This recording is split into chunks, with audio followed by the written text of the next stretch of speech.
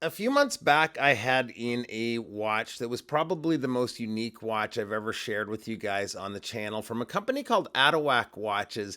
The watch was the Ettore Drift forearm wandering hour, and it gave off very much the year work vibes.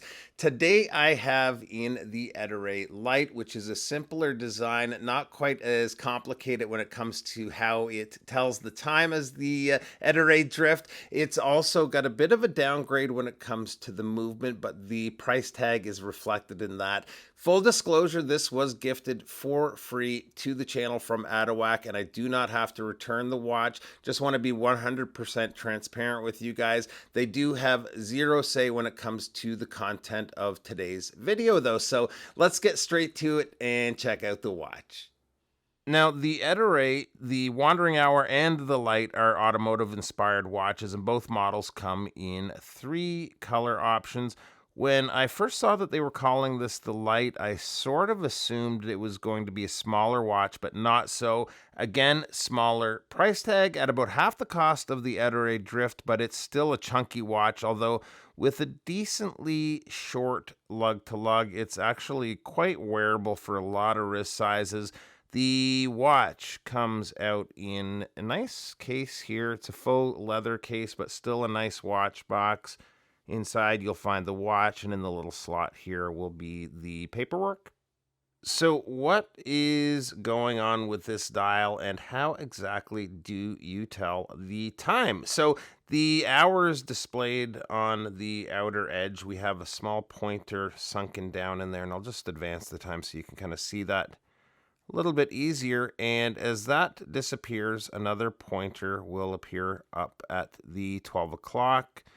It's sort of meant to mimic a retrograde hour, but instead of snapping back, there's another pointer hidden below the dial that comes into view as the other goes under the dial. A little further in is the minutes with the small hash mark pointer at the 6 towards the center of the dial is the seconds, which alternates between black and light colored markers. Once you get used to it, it's actually surprisingly easy to get the time.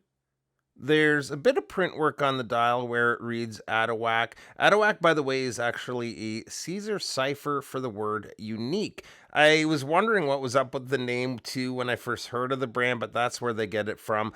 On the bottom section is printed Ettore automatic, and the dial has some nice detail work there with the textured pattern. The loom is not the best, but still pretty cool. They've loomed that part of the case, which is surprisingly the brightest part of the loom, maybe other than the hour hand. I wish it was all stronger on the rest of the watch, but yeah, it's a little on the weak side. Running the watch is a modified Miyota 8215, which is visible through the display case back. I like the custom rotor that they did there, but the movement is probably the biggest negative for me in a way. Two things with it. One, there is a go state position with the crown, which I'd prefer gone. And the second is the watch is not hackable. This, though, is a watch where hacking doesn't really matter for setting the exact time with the way the seconds disc works. So, not a big deal, but a 9000 series movement would have been good to see instead.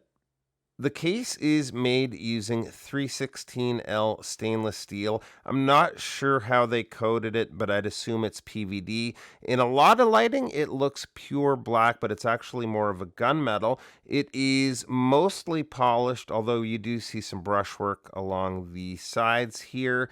This is definitely maybe not a watch for everybody or a case design for everybody, but I do think it is a cool case design. The crown is a push-pull crown, and for righties out there like me, it's a little awkward to set, but the crown is a good size, so it's easy to grip, which helps. The strap is a padded leather strap. It is a little bit of a thicker strap and was fairly comfortable straight out of the box, but after a day or two on wrist, it started feeling better and better. Haven't seen a single stitch out of place anywhere on the strap. The hardware matches the color of the case, and it is signed and feels pretty sturdy. Overall, quite happy with the strap. Size on the watch comes in at a case width of 47 millimeters. So it's a big guy, but the lug to lug is 46.8 millimeters, which again is going to help with wearability. Lug opening is 24 millimeters, and I normally wouldn't be too crazy about that. I'd rather stick to the 20 or 22, but with the width of this watch, I think it would look at a place with a thinner strap. Thickness on the watch is 13.9 millimeters. The crystal is sapphire, and the water resist is a little on the light side at 30 meters. And here it is on my 7.25 inch wrist, and I've really enjoyed wearing something so different like this. It's probably not going to be an everyday wear for you, but it's fun to have something a little out there every once in a while on wrist. If you're in the market for something like this, I will say the build quality feels top notch.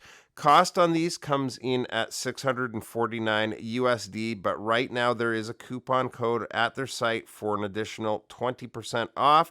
If you go there, you're going to see it at the top of the page. Big thanks for taking a few minutes to stop by today, and we'll see you real soon. Bye-bye.